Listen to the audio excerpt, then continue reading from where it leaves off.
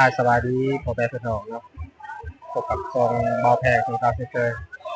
ตอนนี้เบาแพงอยู่ที่แ่นำซองแต่ค่ายบรรยากาศหวานกองเชียวเป็นยุโรปเนาะฝรั่งเศสอเมริกา USA เนาะเรามาเที่ยวหลายพี่น้องเบาแพงที่ค่ายแล้วก็จะเริ่มมาเที่ยวที่กงเบงค่ายคนจีนกับคนเกาหลีเนาะหรือว่าคนญี่ปุ่นเขาจะลองเนื้อขายยังไม่มีเลยด้านหน้าบ่แพงเป็นชาวลังเนาะจะมาท่องเที่ยวจะเป็น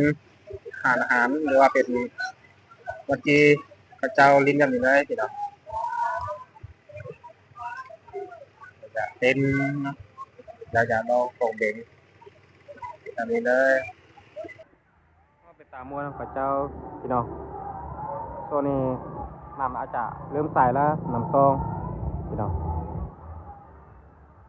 แขกเริ่มมาหลายแล้วมาเที่ยวแล้วก็มาลองเรือหางยาวกับเรือขายักเนาะทางด้านหน้าบ่แพงจะเป็นไกด์คนลาวเขาจะล้อมพอนี้เนาะพี่น้องเนาะแล้วก็เป็นจุดที่ว่าให้แขกตามเพจขึ้นพี่น้องเจ้ากลับมาขึ้นแล้วก็มาลิงอยู่หาเดินมาเลยตอนนี้พี่น้องเนาะบ่แพงจะถ่ายบรรยากาศจางซองกระเจ้าจะสร้างตึกเนาะหรือว่าเป็นโรงแรมโฮเทลแล้วก็หลายมันมีเลยพี่น้องเราจะเป็นคนลายจะเป็นนายทุนคนจีนเนาะพี่น้องเนาะจุดนี้ที่เป็นจุดหนึ่งเนาะที่เขาเจ้าจะเป็นท่าเรือที่นักท่องเที่ยวเนาะจะมาลงแล้วก็ขี่เรือหางยาวอยู่จุดนี้เลยพี่น้องอยู่ท่าแก้มลำซองแล้วก็อีกด้านหนึงเนาะที่ด้านหน้าบ่อแพงเจ้าก็จะเลี้ยนแบบนี้เตรียมรับนักท่องเที่ยวพี่น้องโอ้หลายลำไปเลยพี่น้องบรรยากาศเนาะแก้มลำซองก็คิดประมาณนี้เด้อพี่น้องเด้อเดี๋ยวบ่อแพงสุดท้ายเนาะบรรยากาศ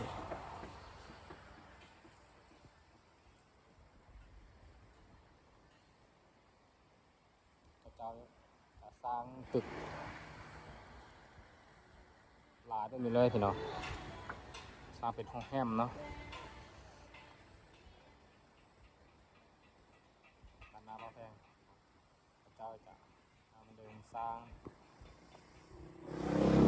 น่าจะแล้วเป็น2-3 ปีแล้วพี่น้องจะสำเร็จเนาะเพราะว่าเขาสร้างกับไว้ได้พี่น้อง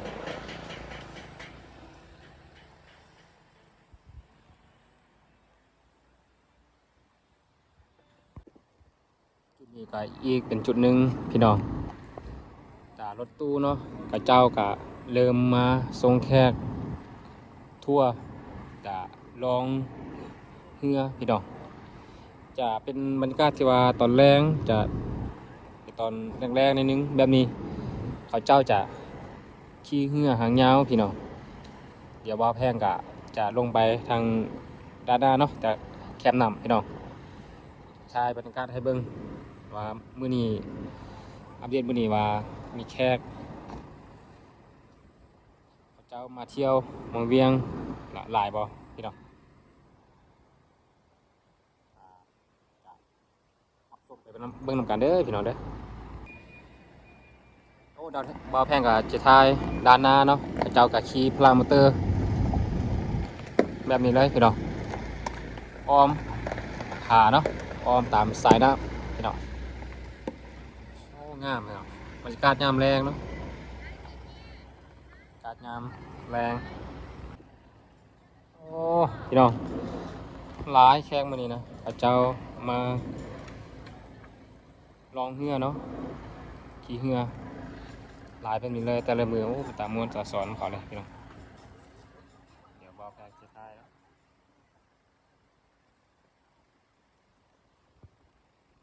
จะรับเสื้อแต่ว่าซูซีฟเนาะเพื่อเป็นความปลอดภัยให้แขกที่เขาเจ้ามาหาเที่ยวเนาะมาล่องเรือเดี๋ยว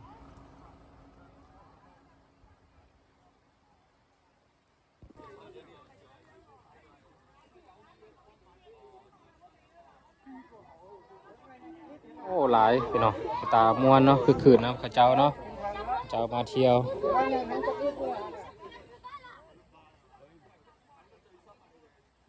หลายเนาะแต่ละมือนี้เขาเจ้ามาเที่ยวมองเวียกของพวกเฮาพี่น้องเป็นมือท่องเที่ยวเนาะเขาเจ้าก็มาเที่ยวขี่เรือลองตามแม่น้ำซองพี่น้อง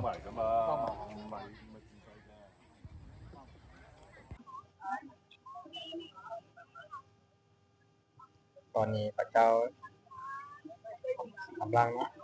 กาเกียมใส่เสื้อชูชีพแล้วก็จะขึ้นเรือเนาะพระเจ้าจะลองกับเวลากับประมาณ30 นาทีเดี๋ยวพระเจ้าลองไปตามสายน้ำลองไปกับประมาณ4-5 กิโลพระเจ้าก็กลับขึ้นมาอีกจุดที่โลกนี้นะพี่น้องโอ้ทางด้านหน้าบ่แพงจะมารูดเนาะพี่น้องมารูดพระเจ้าขึ้นน้ำ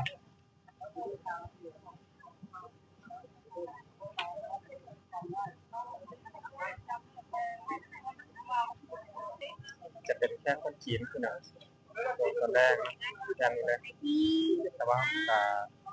แค่ละจุดจุดเวลาทำแค่บางทีก็พระเจ้าก็แต่แค่คนจีนแต่ว่าเป็นจุดที่วันนี้พี่น้องแต่ว่าคนถึงพระเจ้าจะได้ครับพวกเกาหลีเพราะต่างประเทศเราคือกันนะพี่น้องเพราะว่าเขาจะอยากให้ผลเลยแต่คุกเราเนาะ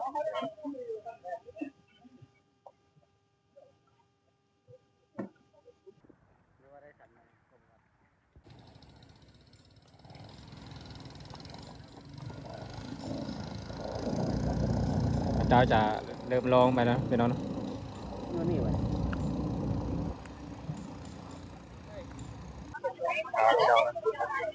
ี้แค่เนาะแค่เกาหลีเนาะเจ้ามาแค่ขนมเรียกว่าจัดขนมเบี้ยเนาะน่าจะเป็นคนจีนก่อนแต่ว่าเกาหลีเนาะเอาไปแบบไม่ได้ใจเนาะแต่ว่าจะเป็นคนจีนก่อนหรือว่าคนเกาหลีเนาะเจ้าก็มาแจ้งเล็กหน่อยได้ไปหน่อยอันนี้ก็เป็นหมู่บ้านหนึ่งพี่น้องบ้านคนเงินเนาะก็เป็นบ้านที่ว่าจุดนักท่องเที่ยว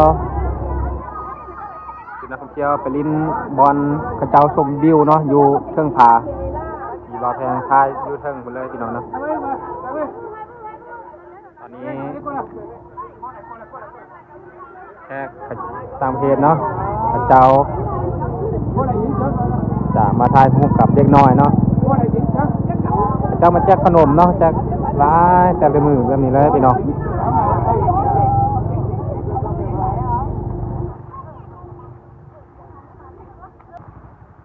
แขกเนาะนักท่องเที่ยวสลากกับเป็นรถตุ๊กๆกันนี้เลยพี่น้องกระเจ้ามาหับทรง